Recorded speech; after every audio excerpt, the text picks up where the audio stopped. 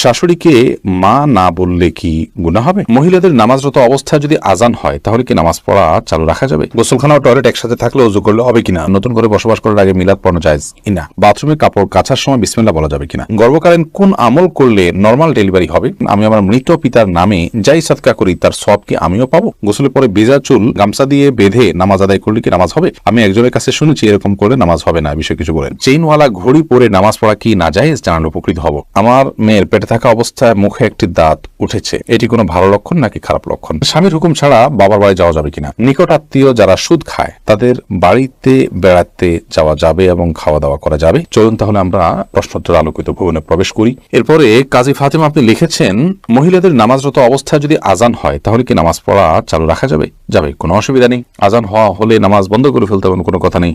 আপনি নামাজ পড়ছেন, ইতিমধ্যে আজান শুরু হয়ে গেছে, আজান মুয়াজ্জিন সাহেব দিতে থাকুক, এদিকে আপনার নামাজ আপনি কন্টিনিউ করতে থাকেন, কোনো সমস্যা নেই। এরপর জেসমিন আক্তার আপনি লিখেছেন, গোসলখানা ও টয়লেট একসাথে থাকলে ওযু করলে হবে কিনা? বাসা যদি গোসলখানা এবং টয়লেট একসাথে থাকে সেক্ষেত্রে ভেতরে ওযু করলে ওযু হয়ে যাবে, কিন্তু উত্তম হলো কমোড এবং টিপের মাঝে কোনো পার্টিশন না থাকলে, আড়াল না থাকলে সেক্ষেত্রে বাইরে ওযু করবেন, এটা হলো উত্তম। কিন্তু যদি ভিতরে ওযু করেন তাতে ওযু হয়ে যাবে, কোনো অসুবিধা নেই ইনশাআল্লাহ। রোজা ইসলাম বাণী আপনি লিখেছেন, নতুন করে বসবাস করার আগে মিলাদ পড়ানো জায়েজ কিনা?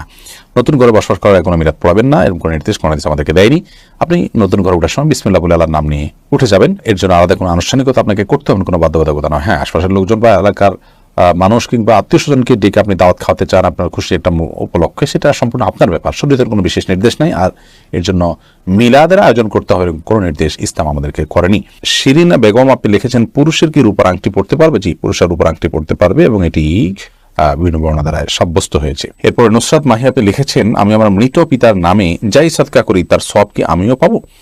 আপনার মৃত পিতার নামে যে সাদকা আপনি করবেন, আশা করা যায় আল্লাহ রাব্বুল আলামিন আপনাকেও এক্সট্রা হিসাবে তার সাদকার সওয়াব দিবেন, কারণ আপনি যেহেতু পরিশ্রম করেছেন, আপনি যেহেতু কষ্ট করেছেন, আল্লাহ রাব্বুল আলামিন সেজন্য আপনাকে বঞ্চিত করবেন না, কারণ আল্লাহ রাব্বুল আলামিন কাউকে তার পরিশ্রমকে পণ্ড বা ব্যর্থ হতে দেন না যতক্ষণ পর্যন্ত সেটি আল্লাহ সন্তোষের জন্য হবে এবং সঠিক নিয়মে হবে।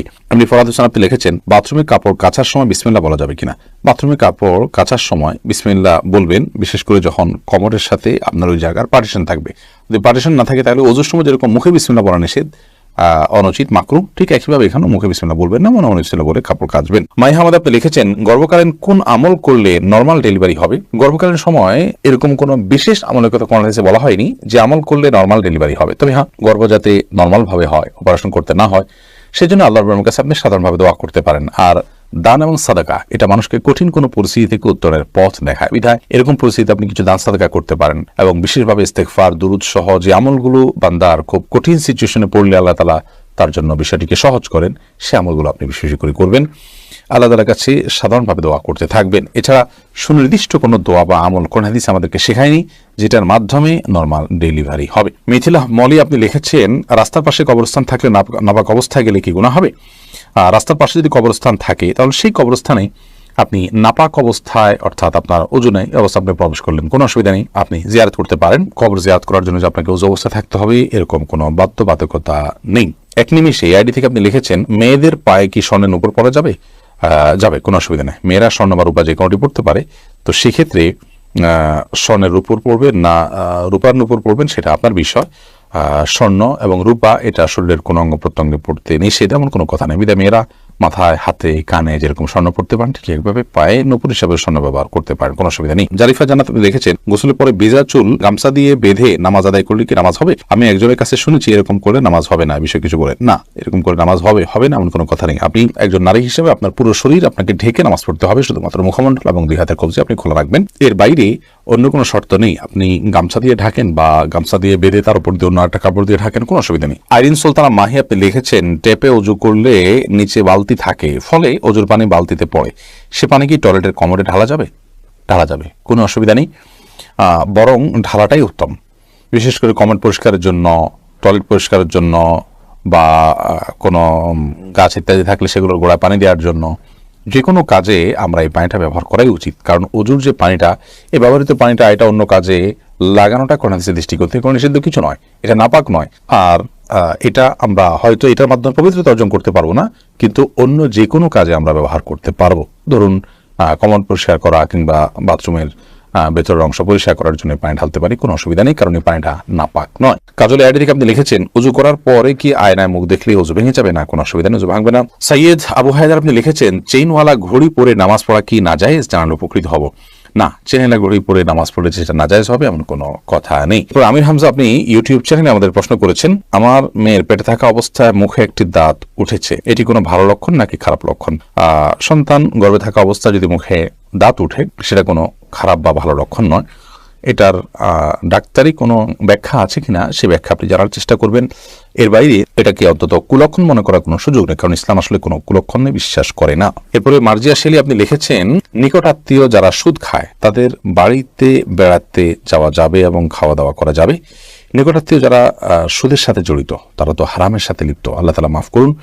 এই সুদের সাথে জড়িত হলে, হারামের সাথে যদি লিপ্ত থাকে, তাদের উপার্জন শুধুই হারাম হয়, তাহলে সেক্ষেত্রে তাদের বাড়িতে আপনি যেতে পারেন, কিন্তু তাদের খাওয়া দাওয়াটাকে কৌশল আপনি অ্যাভয়েড করবেন। আর যদি তাদের অন্য হালাল উপার্জন থাকে তাহলে সেক্ষেত্রে হালাল উপার্জন পরিমাণ বেশি থাকলে আপনি সেখানে খেতে পারেন। আর যদি হারাম উপার্জন পরিমাণ বেশি থাকে, হালাল উপার্জন পরিমাণ কম থাকে, তাহলে খাবেন না। আর যদি তিনি সুনির্দিষ্ট করে হালাল উপার্জন থেকেই দিয়েছেন আপনি জানেন, তাহলে সেক্ষেত্রে সেটা অবশ্যই খেতে পারেন। সাবির ইয়াসমিন জানাতে আপনি লিখেছেন স্বামীর হুকুম ছাড়া বাবার বাড়ি যাওয়া যাবে কিনা? আপনি যেহেতু স্বামীর সংসারে থাকেন, অতএব তার সুবিধা অসুবিধা, তার প্রয়োজন ইত্যাদি বিষয় থাকতে পারে, সেই কারণে তাকে আপনি বলে যাবেন। কিন্তু স্বামী আপনাকে আপনার বাবার বাড়ি যাওয়া থেকে বঞ্চিত করে রাখবেন, যেতে দিবেন না, আটকে রাখবেন এবং তার খেয়াল খুশি মতো সে আপনাকে আপনার বাবা মার সাথে সাক্ষাৎ করা থেকে বিরত রাখবেন, সে অধিকার কিন্তু তার নাই। সেটা যদি তিনি করেন তাহলে তিনি অন্যায় করছেন। তবে হ্যাঁ, অবশ্যই আপনি চেইন অফ কমান্ড, একটি ফ্যামিলির পারস্পরিক যে বোঝাপড়া সেটা যেন ভালো, তার জন্য আপনি বলে যাবেন। এবং এই বলে যাওয়ার মধ্যে ভদ্রতা, এই বলে যাওয়ার মধ্যে নিজেদের বোঝাপড়া যে আছে সেটির প্রমাণ হয়। বিধায় এটাকে দোষণীয় মনে করা যে আমি তাহলে কি বন্দী হয়ে গেলাম, এরকমটি মনে করার কোনো কারণ নেই। শরীফ শাহরি আপনি লিখেছেন অজু ছাড়া কি জিকির করা যাবে? যাবে, জিকির করার জন্য অজু করা শর্ত নয়। এমডি আবুল কালাম আপনি লিখেছেন মহর পরিশোধের আগে স্ত্রী যদি মারা যায় তখন স্বামী কিভাবে মহর পরিশোধ করবে? তার পক্ষ থেকে দান সদকা করে দিবেন, কিন্তু উচিত হলো জীবদ্দশাতেই মহর পরিশোধ করা। আয়েশা সিদ্দিকা আপনি ইসলাম প্রশ্নদের পেজে প্রশ্ন করেছেন মহিলাদের জন্য সব জায়গায় নামাজের ব্যবস্থা থাকে না, অনেক সময় এই কারণে নামাজ কাজা হয়ে যায়, এই জন্য কি বাড়ি থেকে বের হওয়ার আগে অগ্রিম নামাজ পড়ে বের হতে পারবো? না, অগ্রিম বের নামাজ পড়ার কোনো সুযোগ নেই, নামাজ ওয়াক্ত মতো পড়তে হবে। ইন্নাস সালাতা কানাত আলাল মুমিনিনা কিতাবাম মাওকুতা, নিশ্চয়ই নামাজ ইমানদারদের জন্য নির্দিষ্ট সময় পড়াটা আবশ্যক করা হয়েছে, বিধায় সময় মতো আপনাকে নামাজ পড়তে হবে। বাড়ি থেকে বের হওয়ার আগে আপনাকে অগ্রিম নামাজ পড়ার কোনো সুযোগ নেই। তবে হ্যাঁ, যেখানে যাচ্ছেন সেখানে নামাজের ব্যবস্থা যদি না থাকে আপনি ব্যবস্থা করে নেবেন, প্রয়োজনে রাস্তার এক পাশে দাঁড়িয়ে যাবেন, কোনো একটা ফাঁক ফোকর আপনি দাঁড়িয়ে যাবেন, কিন্তু আপনাকে অবশ্যই নামাজ পড়তে হবে সময় মতো। এরপরে কবির হোসেন আপনি লিখেছেন শাশুড়িকে মা না বললে কি গুনাহ হবে যদি তিনি কষ্ট পান? শাশুড়িকে মা বললে তো গুনাহ হবে না, কারণ এটা তো আপনি গর্ভধারণকারিণী মা হিসাবে তাকে আপনি মা সম্বোধন করছেন, এটা সম্মানসূচকভাবে মা হিসাবে আপনি তাকে আখ্যায়িত করছেন। কারণ আপনি আপনার মায়ের নাম যেখানে সেখানে লিখতে হয় সেখানে শাশুড়ির নাম কোথাও লেখেন না, তার মানে আপনি তাকে আপনার গর্ভধারণকারিণী মা হিসাবে স্বীকৃতি দিচ্ছেন না, বিধায় তাকে মা বলতে কোনো অসুবিধা নেই। বললে তিনি কষ্ট পান তাহলে সেক্ষেত্রে এরকম তো আর কথা নয়। যদি এরকম হয় তাহলে সেক্ষেত্রে আপনি বলবেন না। আপনি লিখেছেন প্রশ্নে শাশুড়িকে মা না বললে কি গুনাহ হবে? না বললে তো কোনো গুনাহ হবে না। আপনি প্রশ্ন করার কথা যে মা বললে কি গুনাহ হবে কিনা, না বললে তো গুনার কিছু না। শাশুড়িকে আন্টি বলেন বা অন্য কিছু বলেন, তাতে কোনো অসুবিধা নেই।